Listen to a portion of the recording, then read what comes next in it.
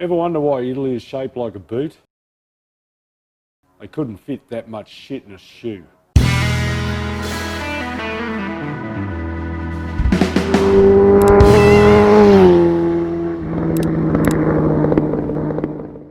G'day everybody and welcome back. Sorry about that to all of our Italian viewers. One of the good things about, and I mentioned it in the last video, about having a YouTube channel is like a community. You notice when you're working on different bikes, you get different viewership and they all bring their own expertise to the table.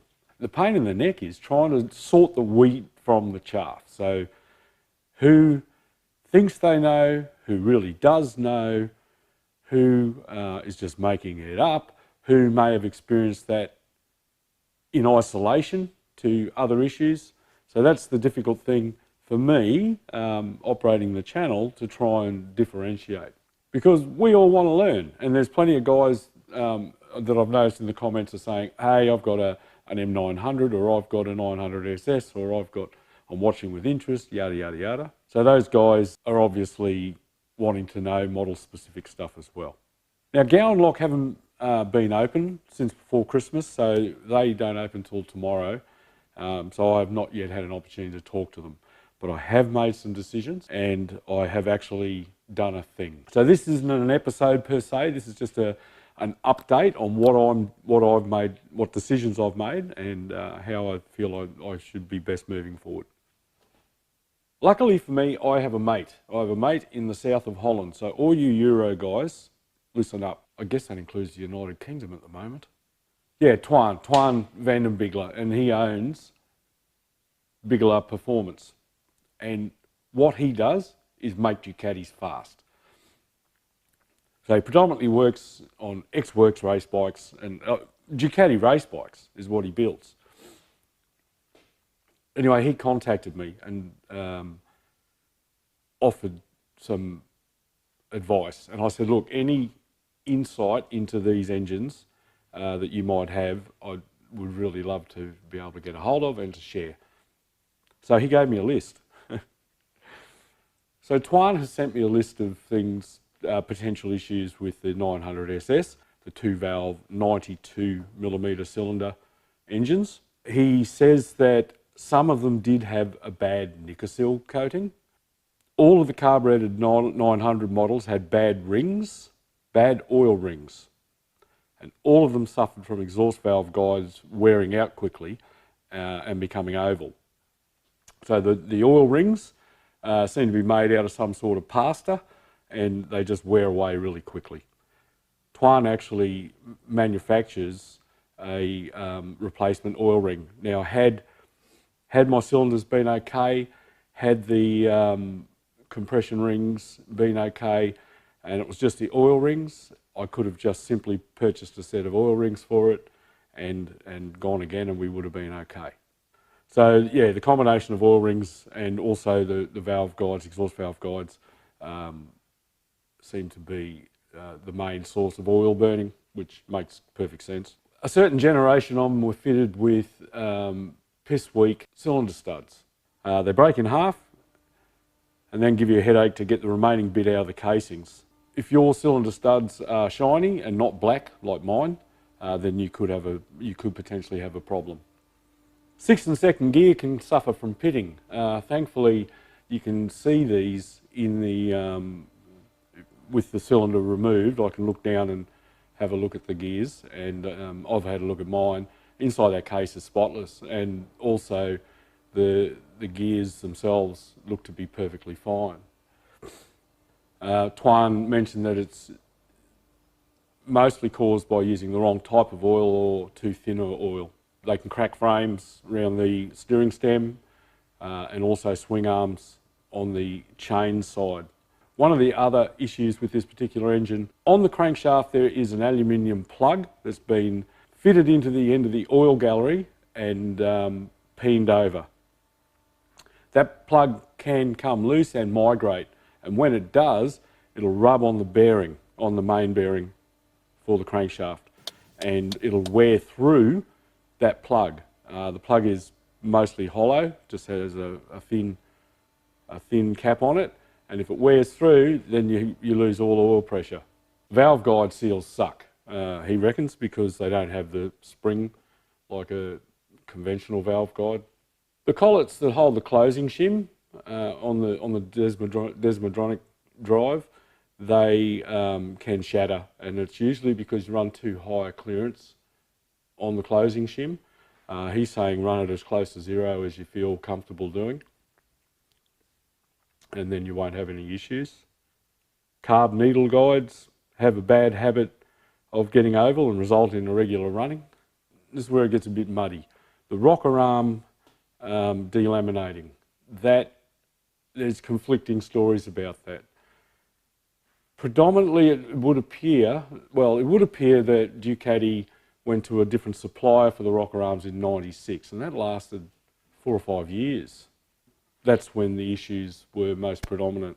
And it would appear, though, that there's a bit of conflicting reports. There's a few conflicting reports as to whether or not it was a right across the whole range, or whether it was just the 4-valve engines.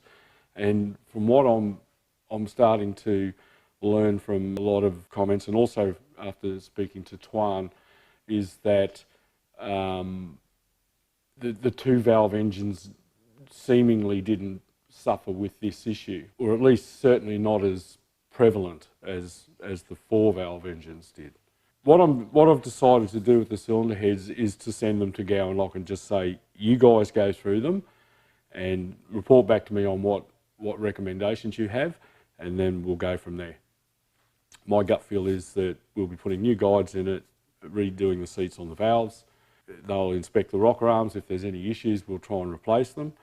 Hopefully with good second-hand ones if they're available, but I'm also hoping that I don't have to go down that path.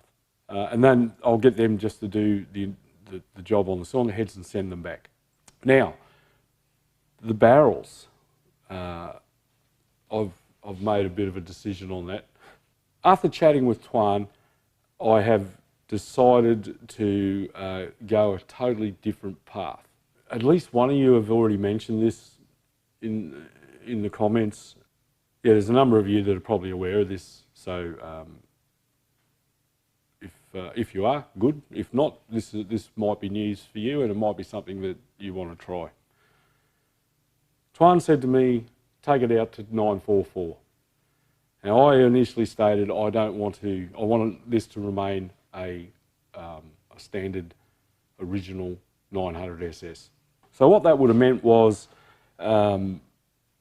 re-nickesilling the cylinders, and they run at a cost of somewhere in the vicinity of about $500 per cylinder to re-nickesil in Australian doll hairs. So it's $1,000 for me to have the cylinders re-nickesiled. What is nickesil? Because there's a couple of guys that don't seem to understand what that's about. These are made out of aluminium. You can't run a piston in an aluminium housing. There's no cast iron sleeve or anything like that. So it's just straight aluminium casting. Nickesil is actually a brand name, and it was developed for use in the Wankel rotary engine. So it's nickel and silicon carbide. And in the early days, I think they used to have to spray it on or use a different type of process to what they do today. They figured out how to dissolve the silicon carbide and make it possible to electroplate, and that sort of got it to an affordable position for road bikes. But it's as hard as a cat's head, tough as woodpecker lips, and generally they don't wear out unless it's a bad coating. So yes, they would have to be re-nickesiled. Then I'd have to buy new rings, and the cost goes on. So you'd be looking at a couple of $1,000, probably realistically $1,500 to $2,000 to do the barrels. So what Tuan suggested to me was go and buy some out of an ST2. But aren't they water cooled? Yes, they are. But they're the same castings. So instead of being a 92mm bore, they're a 94mm bore. And it looks like, of all of this generation of engine in the 900 range, they got that one right. So they don't have the issues with the oil rings, they don't have the issues with the nickesil. And Tuan was telling me that they've got ST2s running around with 200,000 kilometres on the clock and still on the original pistons. So I'm trusting his judgment on this. But how do we deal with the water-cooled buffoonery? Because the 900 SS, of course, is air-cooled, but the castings are identical. This Welsh plug here, what we call a Welsh plug in Australia, is blocking what is on the ST2, the water gallery. So the ST2, on the 900 SS, the oil enters that gallery and floods through a port into the oil delivery for the cylinder head. So it fills this up and then goes off to the cylinder head. On the ST2, that comes directly from the bottom. So there's no porting from that gallery because it's actually got water running through it. Instead of having a fitting on here for oil, for the banjo fitting, it has a tube on there for the water as part of the cooling circuit, water cooling circuit. So how we get around that, we have to modify the ST2 barrels to fit the 900 engine. So we'll be doing that. Tuan's going to talk me through it, and I'll be able to show all you guys that might be interested in that. So yes, there'll be some blocking of water galleries, opening up of oil galleries, and that's all we need to do. Fairly simple modification according to Tuan that delivers greater reliability and also more performance. So we're going from a 900cc engine or 904cc engine up to 944cc. He said they pull like a train. To complement that, you can also fit the SC2 camshafts or the fuel-injected 900SS camshafts. And that is apparently a very good combination. He said that they've done it hundreds and hundreds of times to bikes over there in Holland or in Europe, and it's not uncommon to have them delivering 90 rear wheel horsepower with these arrangements. The carburation, I asked him if I would have to make modifications to the carburetors. He said possibly jetting, but we're not making a lot of changes to the cylinder head. We do have a slight increase in capacity.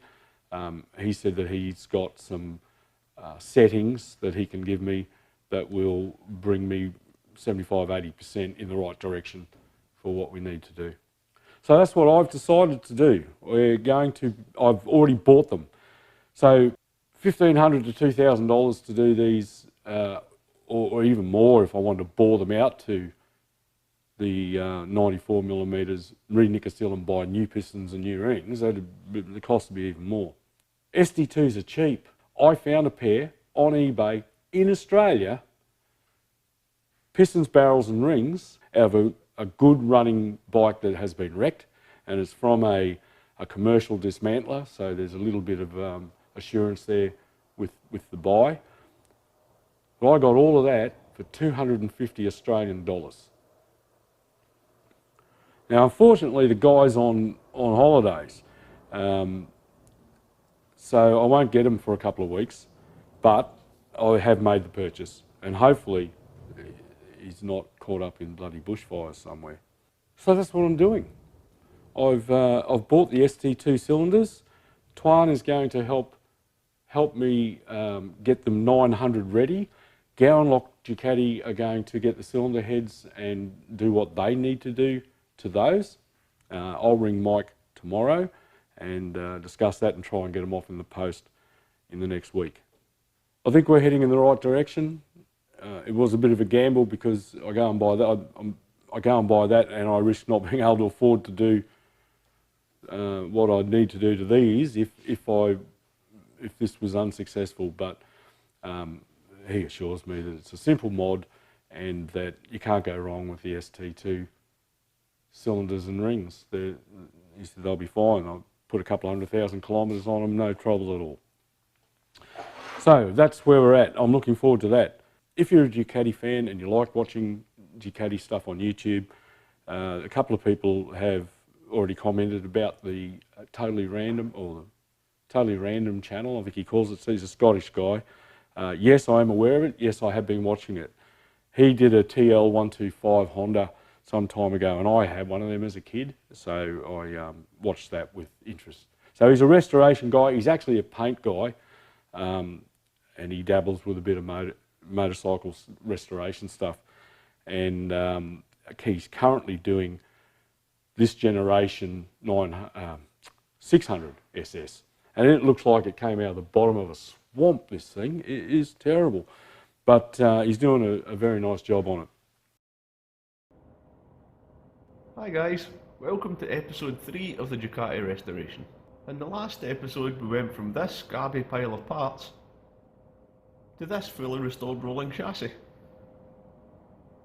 In today's episode I will be taking apart the engine and checking each part as I go along, so that when it comes to rebuilding it I know which parts are still within serviceable spec and what parts are worn out and need to be replaced. So if you want to go over and have a look at the Really Random channel and watch that, that's worth watching. The other one is Anthony from For the Bold. Anthony's doing an M600. Oh, it's another small capacity one, yeah. So Anthony builds cafe races and brats and trackers, that kind of. Been watching him for quite a while. He and I have corresponded on a couple of things. I helped him get his GS Suzuki carburetors sorted when he was back when he was doing that years ago. It was picked up by Dime City Cycles, flown to America, and they did a build over there with him with a bike that they gave away. So he's made quite a name for himself if you haven't already heard about him. So duck over to For the Bold and have a look at Anthony. He's doing the Monster. So he's currently making bucks out of close cell styrene foam. He's going to make his own tank, tail unit, belly pan, front fairing. So he's going through the process of that, and it's in a pretty raw state at the moment. But knowing Anthony, who's very good with design stuff, he's going to end up producing a very nice looking bike. I think that'll do me for now. Like I said, just an update, let you know what decisions I've made, and tell you about Twan's business. So all you guys on the European continent and of course the UK, just jump on his Facebook page, have a look around. He's your man though over there in Europe if you are after performance Ducati stuff. He's got some customers in Australia. I think Bike Boy is one of his customers. So you know, he'll deal with anyone around the world. So have a look. Give him some love. Thanks for watching. Don't forget to like, subscribe and comment. And I will catch you next time on Andy's Motorcycle Obsessions. Bye for now.